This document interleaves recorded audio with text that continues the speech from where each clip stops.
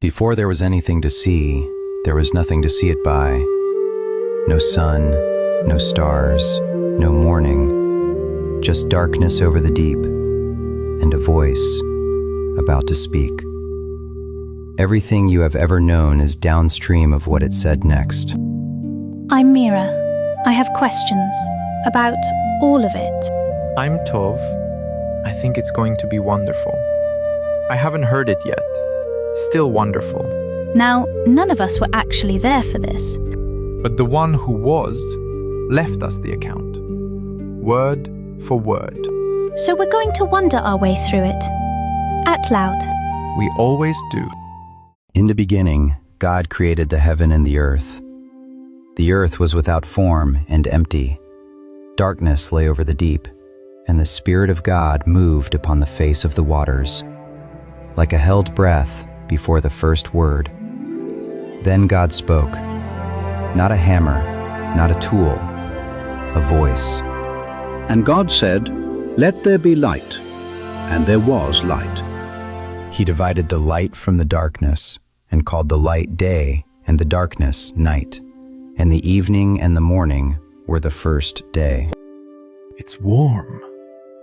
There's nothing for it to come from. Does it need something? Everything needs something. When the light came on, I went looking for the bulb. Day 1, and I'm already auditing him. And here's what I still can't get past. Light on day 1. The sun doesn't show up until day 4. So what exactly was shining? I wasn't looking for where it came from. I was just glad it did. Long after, John, one of Jesus' closest disciples, the apostle who wrote the 4th gospel, opened it like this. In the beginning was the Word, and the Word was with God, and the Word was God. All things were made by him, and without him was not anything made that was made. In him was life, and the life was the light of men. Maybe the light always had the name coming. On the second day, God set a great space between the waters, sky above, sea below, and called it heaven. On the third, he gathered the waters into their places. The dry land he called earth, and the gathered waters he called seas. Then he lifted the bare ground into the light and spoke to it, and it answered.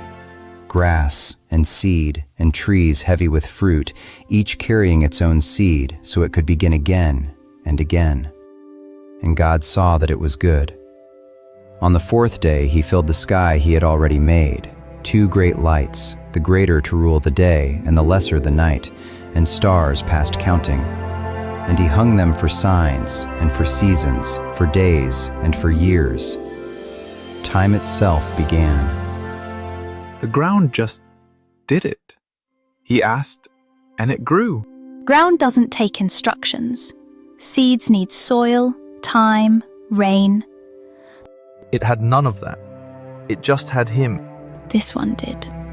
On the 5th day the waters came alive. Great whales and every living thing that moves in the deep, and small ones past counting. And over all of it, wings, the sky filled with birds. And God blessed them.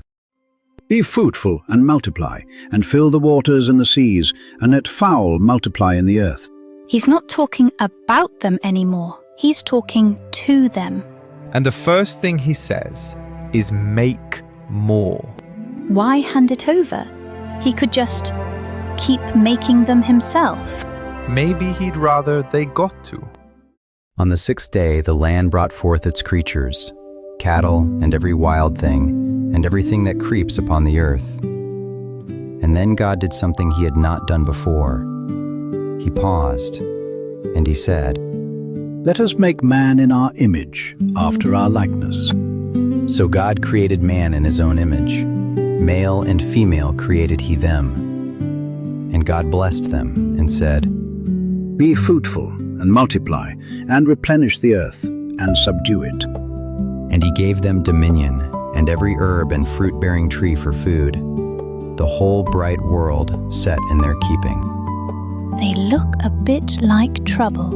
They look a bit like him. I dislike when you say wise things before lunch. in his own image.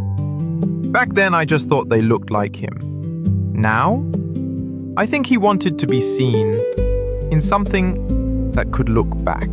People made in the image of God.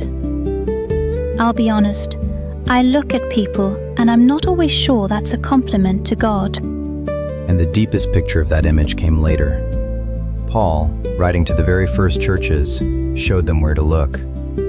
Of Christ, he wrote, who is the image of the invisible God, the firstborn of every creature. For by him were all things created. All things were made by him, every star, every creature. People were made in the image of God, and God's own image, full and clear, is Jesus Christ himself.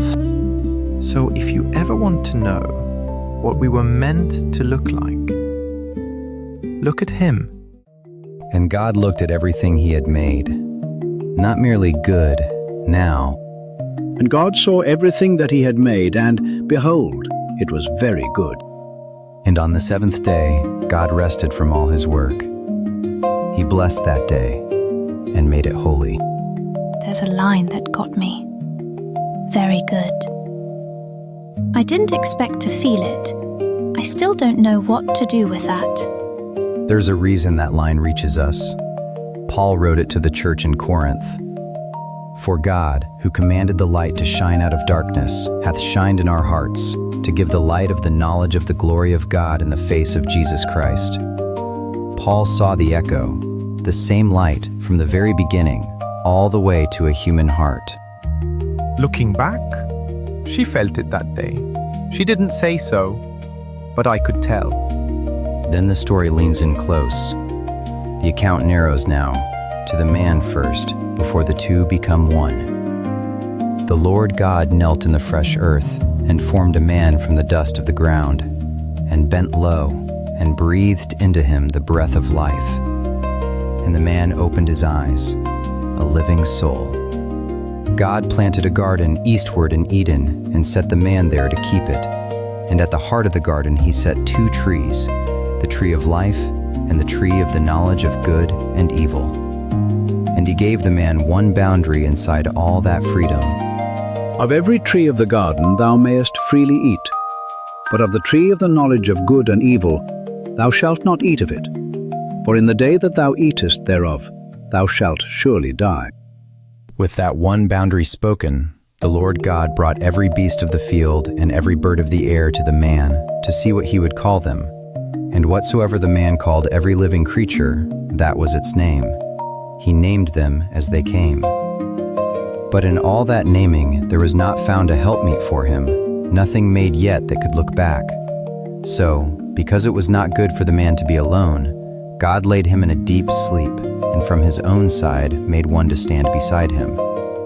And the man woke and said, This is now bone of my bones, and flesh of my flesh. Two people, one life. Naked and not ashamed. He didn't make her from nothing. He made her from him. Like the ground that answered his voice. But this time, someone who could answer back, and he made them last. After everything else was already ready. Like someone setting the table before the guests arrive. The whole world, light and sea and stars and breath, all of it came from a word. And John went on to tell us that word has a name, Jesus, the one by whom all things were made. That first light was pointing all along to one who would step into our darkness and say, I am the light of the world. And John saw how the story ends, a city that needs no sun at all, for the glory of God did lighten it, and the Lamb is the light thereof. From the first light to the last, John points us to the same one, and that very good is what he came to make new. Am I convinced? No, I'm never convinced. But I went looking for the bulb, and I'm still thinking about the light. That's new. She's still thinking. That's how it starts. I'm Tov. She's Mira. Stay curious. We'll wander through the next one with you.